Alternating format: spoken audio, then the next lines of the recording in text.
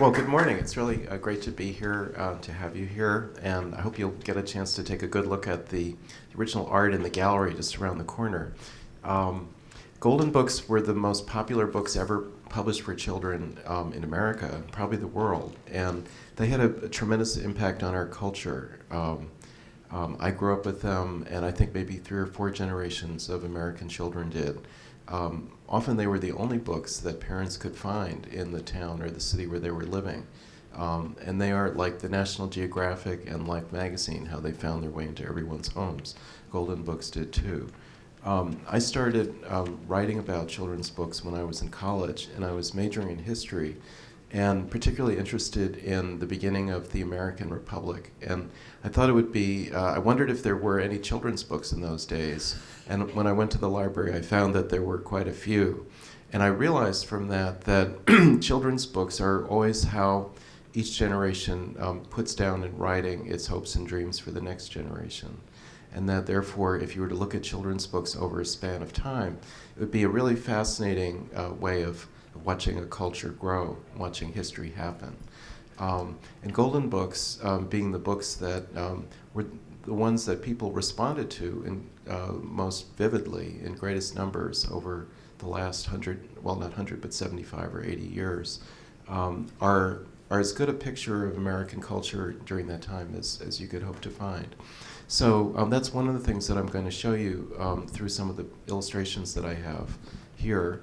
Also, I think you're going to see just how important children's books can be in the lives of individual children for various reasons as we go along. And perhaps you have your own stories about golden books and how they affected you.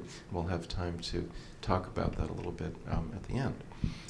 So The Pokey Little Puppy was one of the very first golden books. There were 12 published in the first year, and the first year was 1942. And that was also the first year that the United States was involved in the Second World War. So it might not seem like the best time to start a new business venture. But in fact, golden books were just what America needed at the time, because lots of fathers had gone off to war. Mothers were left with young children at home. The home front was really a difficult situation. How do you make life feel good for children in those circumstances? And Eleanor Roosevelt, the First Lady, in her column, My Day, recommended to mothers all around America to read to their children at night. And suddenly here were these books for young children that cost only 25 cents when the average picture book cost $1.50 to $2. And they were sold not just in the big cities where some people lived, but most people didn't live, but at places like Woolworths and Kresge's and at local drugstores in little towns as well as larger places. So they were very available and they were very affordable. Well, the first golden books were published in 1942, but the story of how they came to be made goes back farther. And whereas you might think that most publishing stories would be set in New York, the story of golden books starts in the Midwest, in Racine, Wisconsin, which is on Lake Michigan. It's not that far from Milwaukee. And all of those Midwestern towns at that time, St. Louis was another one, were magnets for young, ambitious people who were good at inventing things. This was the height of the industrial age. And just as these days people are trying to invent new kinds of software and things like that, in a way the Midwest was the Silicon Valley of America in the industrial age. And Racine had people, that's where the Hamilton Beach blender was invented. The Ware plow was invented there. A new kind of trolley car that ended up going up and down Fifth Avenue in New York City was built there. The Johnson's Wax Company was started there. And the young guy you see there on the right, whose name was Edward Wadowitz, got interested in printing. He started a little printing company. And he used to take typewriters apart and put them back together again just to amuse himself. So you could see that he's the kind of person who could have invented new, better printing machines. And so he started a company, and these are the people who worked with him at the beginning. It was like a little storefront. And they would print anything. You know, if you had a menu, if you were a restaurant and you had a menu you needed printing, he would do that. But at a certain point, he realized that the best kind of customer to have would be a publishing company, because they would always have things to print. It would be steady business. So he struck a deal with a company in Chicago that was publishing children's books, and they began to print the books for that company. But then about a year later, that company went bankrupt. And suddenly, they hadn't paid their bills, and these people were left with a warehouse full of children's books that nobody was going to pay them for.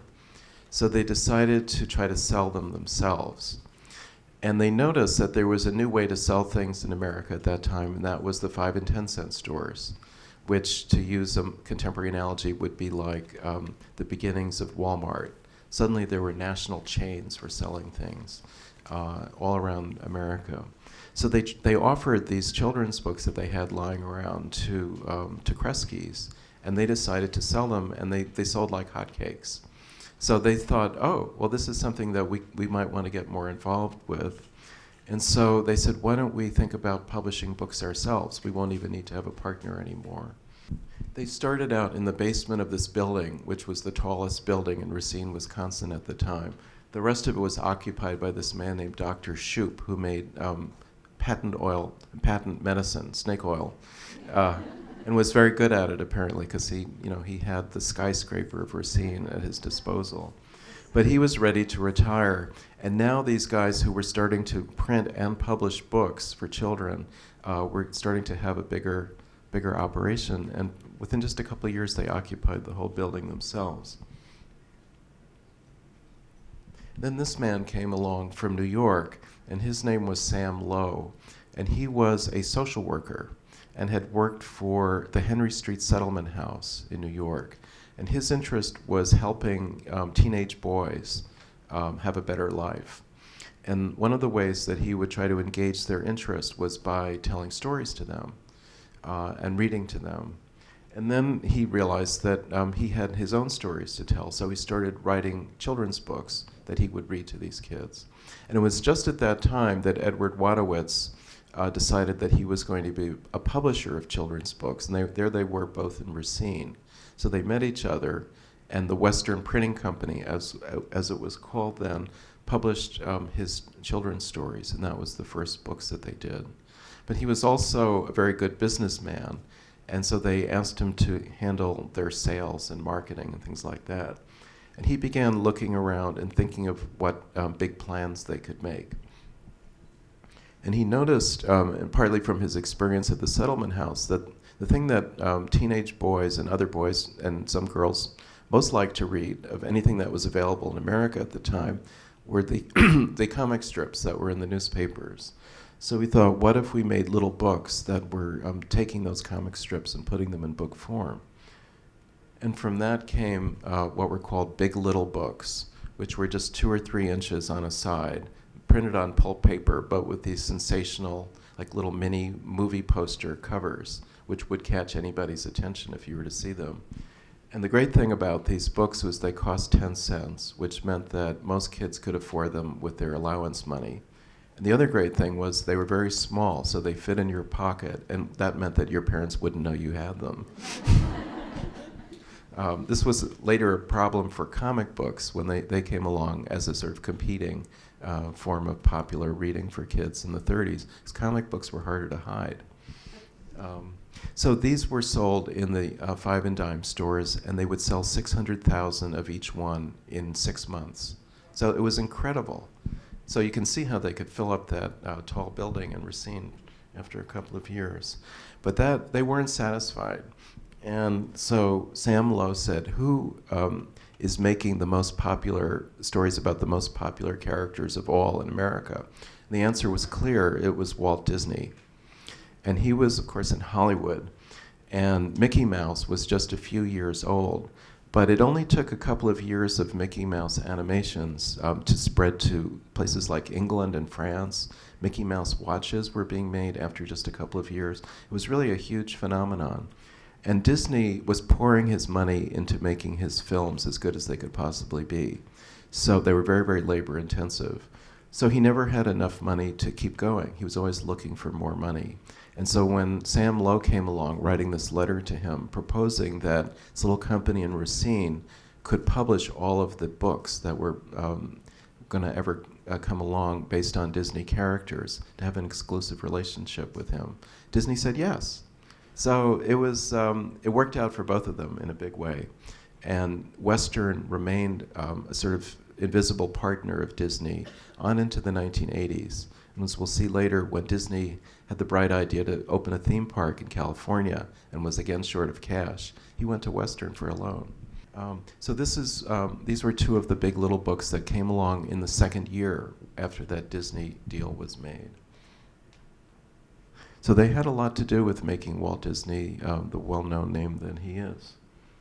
And there he is, Disney, with one of the editors who worked for Western for many years, Lucille Ogle. And then the next step they took was to think about how they could have a presence in New York City, where all the publishers were. And so they set up a little office there, and the purpose of that office was to create ready-made children's books that the traditional publishers could then take over and put their own name on. This is called packaging in publishing. And so they would find an illustrator, they would find a writer, they would put the whole book together as a package and then present it to, say, Harper or Macmillan or one of the other established publishing houses. This is a book you may recognize because it's never been out of print in the last 75 years. And you'll see on the spine that it was published by Harper, but it was actually created by the people who were about to start Golden Books. This is a man who was working for an upstart publishing company in New York called Simon & Schuster. Today we think of it as one of the largest media companies in the world. It's part of Viacom. But in the 1930s, it was only about 10 years old. And the two men for whom the company was named, Richard Simon and Max Schuster, were recent graduates of Columbia University. They were both Jewish, and that meant that they could not get a job in mainstream publishing in New York, which was not open to Jews at that time. So they decided to start their own company. And they were going to do it on their own terms. The first book they published was not a serious work of fiction. It was a book of crossword puzzles that came with a free pencil. And it became a New York Times bestseller. And in fact, it introduced crossword puzzling to Americans, because up until then it had been something that was only done in England. They later published all sorts of things, including Will Durant's History of the World. So they did serious books too. But really, they were interested in shaking up the publishing world. And they thought that as they began to have children of their own, that maybe children's book publishing was something they should get into. This man, Albert Leventhal, was their publicity and marketing person. And he had a little daughter at home who tossed a $2 picture book in the bathtub one night. And it occurred to him that if that book had only cost 25 cents, he would have felt a lot better about it. So for very good practical reasons, they were starting to think about this in the way parents would think about it. And Richard Simon always had a sign on his desk, and the sign read, "Give the reader a break." So he was looking to do, to make life a little easier for America as readers. And in fact, he was determined to make books available to everyone. Publishing in those days was pretty elitist, and it was not affordable for most people to buy books for adults or books for children. And in 1939, Simon & Schuster started something for the adult world called pocketbooks, which was the first mass market paperback series. Classics and also contemporary books for 25 cents that you could buy at a drugstore or at a train station. So he was really trying to democratize publishing for Americans. And now Simon & Schuster, in partnership with these people from Racine, Wisconsin, were going to do that for children too. And that's really what Golden Books was all about.